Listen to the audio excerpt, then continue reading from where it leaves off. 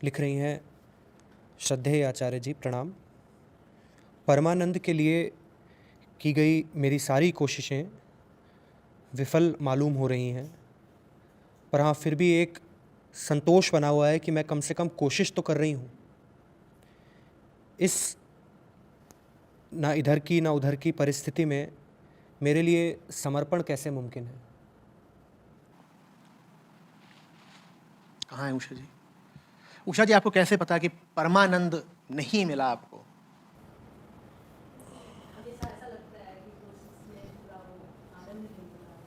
कैसे पता नहीं मिला?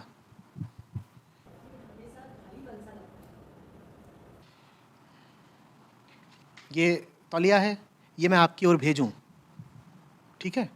और ये रास्ते में ही रुक जाए, फिर मैं आपसे पूछूं मिला, तो आप मुझे तत्काल विश्वास के साथ क्या बता देंगी? नहीं मिला। आपको कैसे पता चलेगा ये तौलिया आपको नहीं मिला?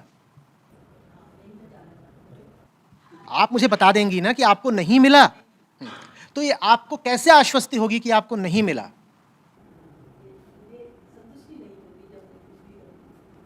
ये तौलिया आपको नहीं मिला, ये बात आप कैसे विश्वासपूर्वक कह पाएंगी? छुआ नहीं। आप पहले से जानते हो कि तौलिया कैसा होता है? कैसा होता है? ऐसा होता है। और ऐसी कोई चीज अभी आप अपने हाथ में देख नहीं रहे, तो आपने कह दिया कि मुझे ये चीज नहीं मिली।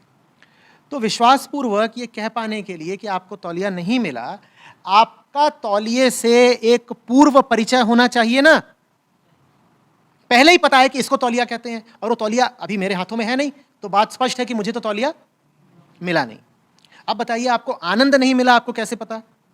मैंने करीब 12 साल इसी देश में रही हूँ, और ये छोड़ के कि मेरे बच्चे बड़े हो गए तो मुझे अब टाइम है, मैं इस तरफ जाऊँगा, हाँ नदी है, गंगा है, सब मैं करती रही, और आश्रम वगैरह में जाना, बस एक वो होना जो मुझे तृप्ति दे वो नहीं हो पाया। आपको कैसे पता तृप्ति किसको कहते हैं? कह रही है कि तृप्ति नहीं मिली, आनंद हट गया, तृप्ति आ गई, वो लाल तौलिया है। कैसे पता लाल तौलिया नहीं मिला?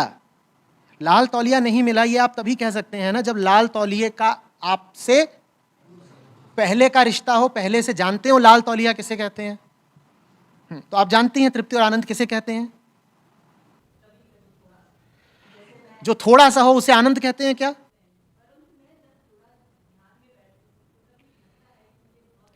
जो कभी कभी हो उसे तृप्ति कहते हैं क्या? तो वो तृप्ति और आनंद है ही नहीं, वो कुछ और हैं। ठीक है, वो कुछ और हैं जो आपको मंदिर में ध्यान में मिल जाते हैं। वो कुछ क्षणिक सुख है जिसको हमने नाम किसका दे दिया? तृप्ति और आनंद का। जब उसको मैंने तृप्ति और आनंद का नाम दे दिया तो जाहिर है अब मैं क्या चाहूंगा कि वही जो मुझे थोड़ी देर के लिए मिलता है मुझे निरंतर मिल जाए। पर वो जो आपको थोड़ी देर के लिए मिला है वो तो द्वैत में घटी घटना है, वो तो द्वैतात्मक सुख है जो मिलता ही दुख की पृष्ठभूमि में है। प्रमाण यह है कि वो सुख आपको मिलता है और फिर चला जाता है। वो मिलता ही इस तरह से है कि वो मिलेगा और चला जाएगा। उसकी प्रकृति ही यही है कि वो आएगा दुख की पीठ पर सवार होकर और जाएगा अपने पीछे अतृप्ति और असंतोष छोड़कर। जिसकी प्रकृति ही ये हो उसको आप चाह रही हैं कि आपको अनवरत मिल जाए। वो कैसे मिलेगा? आप जिसको तृप्ति का और आनंद का नाम दे रही हैं वो तृप्ति और आनंद है ही नहीं। आप जिसको निरंतर चाह रही हैं वो निरंतर हो ही नहीं सकता।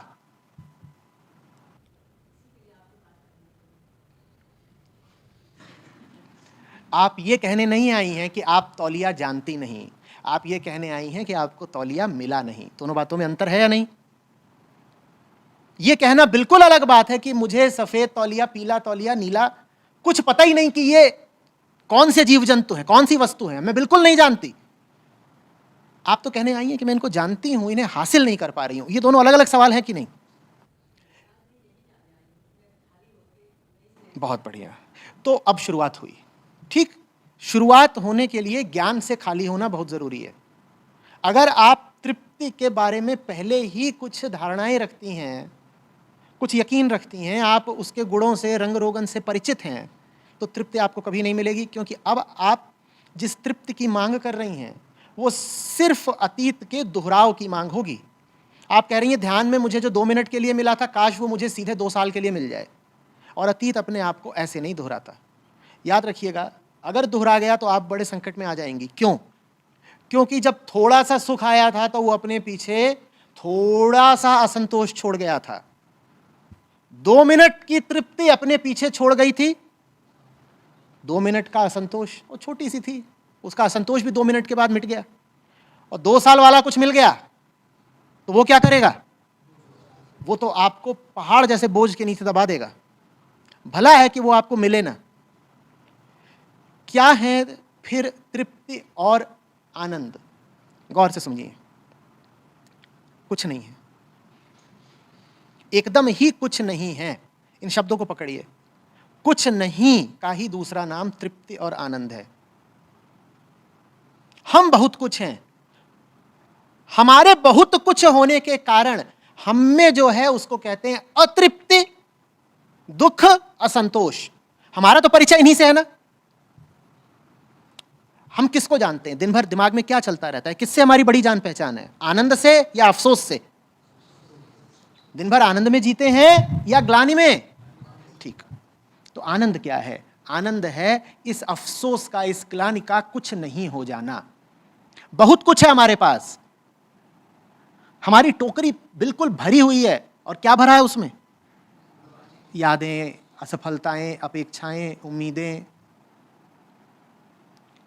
ये जो बहुत कुछ है टोकरी में, उसका कुछ नहीं हो जाना ही कहलाता है, जो भी उसे अच्छे अच्छे आपको नाम देने हैं। आनंद बोल लीजिए, बोध बोल लीजिए, तृप्ति बोल लीजिए, 5-7 और नाम है प्रचलित, वो दे दीजिए, सब एक ही है। अब मेरी टोकरी भरी हुई है पूरी। किन चीजों से भरी है? उन्हीं चीजों से जिनसे सबकी टोकरी भरी रहती है। हाँ, यही दुनिया भर के इधर उधर के 100 तरीके के धंधे, लफड़े पचड़े, ये बात वो बात, इधर उधर इधर उधर, समग्र संसार इसी से मेरी टोकरी भरी हुई है। और अब मैं कहूं कि मुझे टोकरी में चाहिए आनंद, तो मुझे आनंद पाना है, प्राप्ति की कोशिश करूं या टोकरी को खाली करने की कोशिश करूं? बोलो। कुछ नहीं होने के लिए और मैं कुछ इकट्ठा करूं या जो पहले से ही इकट्ठा कर रखा है उसको रवाना करूं? बोलो क्या करूं? लेकिन आध्यात्मिक साधक आनंद पाना चाहते हैं, वो दुख गंवाना नहीं चाहते। इन दोनों बातों का अंतर गौर से समझिए, ध्यान से समझिए। हमारी ये इच्छा है ही नहीं कि हम अपने दुख गवा दें, हमारी इच्छा है कि हम आनंद पा लें। हम कहते हैं दोनों एक ही तो बात है। नहीं, एक बात नहीं है, बहुत अंतर है। जैसे कि कोई बेड़ियों में हो, वो अपनी बेड़ियां गंवाने को राजी नहीं है, पर कह रहा है मुझे मुक्ति पानी है। वो कह रहा है बेड़ियों के साथ साथ मुक्ति पानी है। मिल सकती है क्या? उसे मुक्ति पानी है, मुक्ति उसे कहीं मिलेगी या उसे चुपचाप अपनी ही बेड़ियां खोलने का यत्न करना चाहिए? बोलो। साधना में यह गलती खूब होती है। हमको लगता है कि जैसे आनंद इत्यादि विधायक वस्तुएं हैं जिन्हें प्राप्त करना है कहीं बाहर। नहीं, उन्हें नहीं पाना, उसको गंवाना है जो पा ही लिया है। उसको छोड़ना है जिसका भूलवश संग्रह कर लिया है, जिससे भूलवश नाता जोड़ लिया है, उसको छोड़ना है। उसको छोड़ने के बाद जो राहत मिलती है उसी का नाम है, और कुछ नहीं है आनंद। इसीलिए मैंने कहा कुछ नहीं है, और कुछ नहीं है।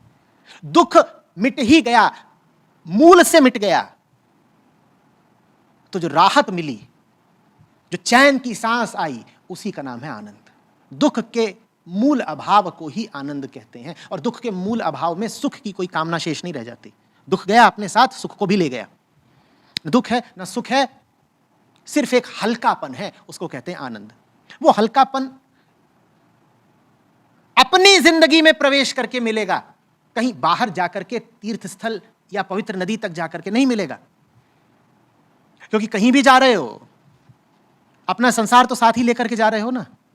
दुख किसने दिया? उसी ने जिसको साथ लेकर जा रहे हो। जब अपना दुख साथ ही लेकर के जा रहे हो तो दुख से मुक्ति कैसे मिलेगी भाई? जो जिंदगी हम जी रहे हैं उसमें हमने अपने लिए जो बोझ खड़े कर रखे हैं, जो धारणाएं बना रखी हैं, जो संबंध जोड़ रखे हैं, उनमें ही गड़बड़ है, तो फिर समाधान भी वहां ही मिलेगा, कहीं इधर उधर जाकर नहीं मिलेगा। घर में दोष हो तो मंदिर में जागरण करके क्या पा जाओगे? घर वापस आओगे फिर वही पुराना माहौल, फिर वही पुरानी रस्साकस्सी। सर में दर्द हो और पांव के अंगूठे में मलहम लगाओ, ये कहां की बुद्धिमानी है? समस्या जहां है उसका निवारण वहीं करना पड़ेगा ना। समस्या होती है हमारे व्यक्तिगत जीवन में। कहां होती है? अच्छा, आप में से सब लोग किसी न किसी चीज से थोड़ा बहुत परेशान तो होंगे ही, सभी होते हैं। आप में से कितने लोग परेशान हैं क्योंकि अमेज़न के जंगल जल रहे हैं? बताइए। आप में से कितने लोगों की प्रमुख परेशानी यही है? नंबर 1 परेशानी यही है कि अमेज़न के जंगल जल रहे हैं। और आप में से कितने लोग परेशान हैं अपनी पारिवारिक समस्याओं से? बोलिए। जो पारिवारिक समस्याओं से नहीं परेशान है वो पड़ोस की समस्याओं से परेशान होंगे। अंतर समझ में आया? हमारी परेशानी कहां है? हमारे व्यक्तिगत जीवन में। हम उसका समाधान कहां ढूंढने जा रहे हैं? पहाड़ की चोटी पर। समस्या है हमारी रसोई में, समस्या है हमारे शयन कक्ष में, समस्या है पति पत्नी के रिश्ते में, समस्या है माँ बाप के साथ, बच्चों के साथ, समस्या है कार्यालय में, नौकरी में, अपने वरिष्ठ के साथ, अपने मातहत के साथ। समस्याएं यही सब है ना, इन्हीं सब से जूझ रहे हो ना। इस बात को लेकर कितने लोग परेशान हैं कि मंगल ग्रह पर पानी मिलेगा कि नहीं मिलेगा? कितने लोग परेशान हैं? तुम्हारी परेशानी तो यही है ना।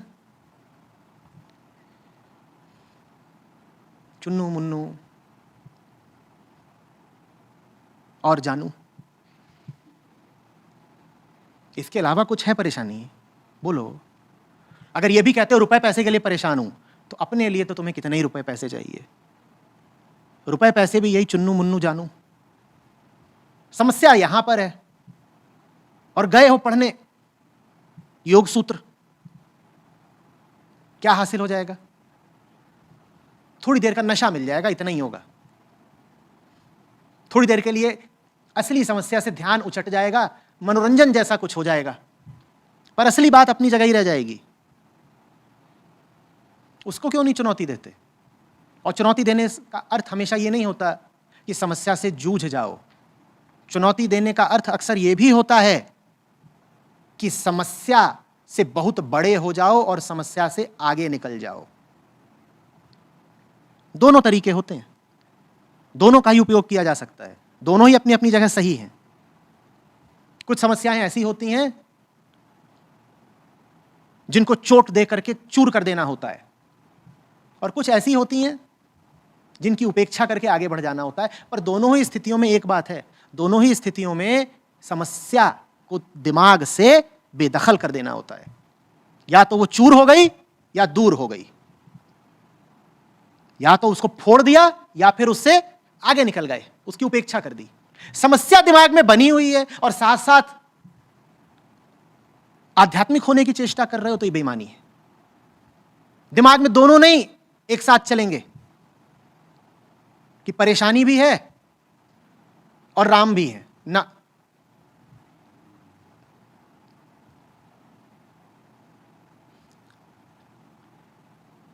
कौन मांगेगा आनंद अगर उसको बेचैनी ना हो? बोलो।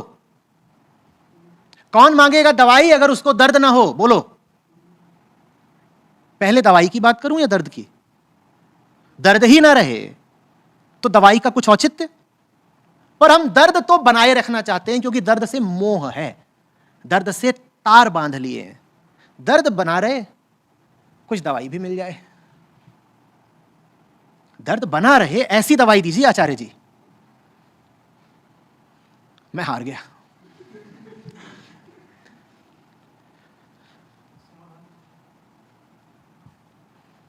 दवाई यही है कि दर्द को या तो चूर कर दो या फिर दर्द से दूर हो लो। उलझने लायक समस्या है तो उलझ जाओ, जूझ जाओ। और अगर उसकी अवहेलना उपेक्षा कर सकते हो तो उसको पीछे छोड़ करके किसी ऊंची चीज की ओर निकल जाओ। कहो ये छोटी बात है, हम उलझते नहीं, हमारे पास करने के लिए ऊंचे काम है, ज्यादा महत्वपूर्ण कुछ है जिसमें हम अपना समय देंगे, ऊर्जा देंगे, ये छोटी बात है, इसको हम दिमाग में ही नहीं रखेंगे।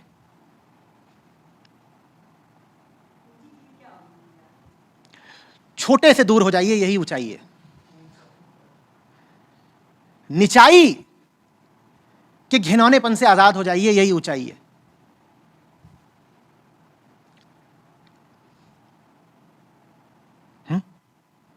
जो जल रहा हो वो पूछे शीतलता क्या होती है, तो क्या बताएंगे? तुम्हारी जलन बंद हो जाए, यही शीतलता है। शीतलता क्या, शीतलता क्या, इसकी बात करना ही व्यर्थ। जल रहे हो, देखो जल रहे हो, पानी डालो और देखो कि कौन है जो रोज आग लगाता है, उससे जरा दूर हो जाओ। शीतलता की और क्या बात बताएं?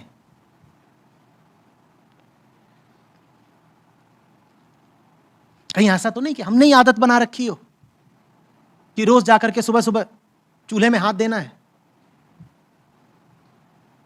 अन्यथा कोई क्यों जलेगा भाई? हमारे साथ कुछ भी बुरा होता हो उसके लिए हमारी अनुमति, हमारी सहभागिता चाहिए होती है। संयोग होते हैं, बहुत दूर तक नहीं चलते। संयोगवश जो दर्द मिला हो, अगर वही जीवन बन गया हो तो समझ लीजिए कि उस दर्द को आपका भरपूर समर्थन है। अब दर्द को भरपूर समर्थन हुए आनंद की बात की जाए तो कैसे बात बनेगी?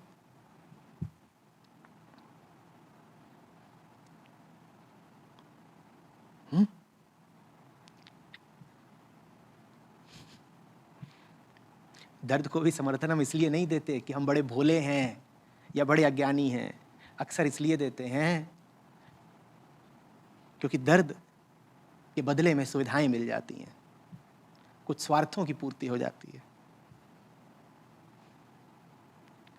तो मैं आग्रह करता हूं कि देखिए कि वो सुविधाएं क्या इतनी बड़ी हैं कि उसके लिए आप कष्ट में जिएं? है क्या? नहीं है तो छोड़िए ना।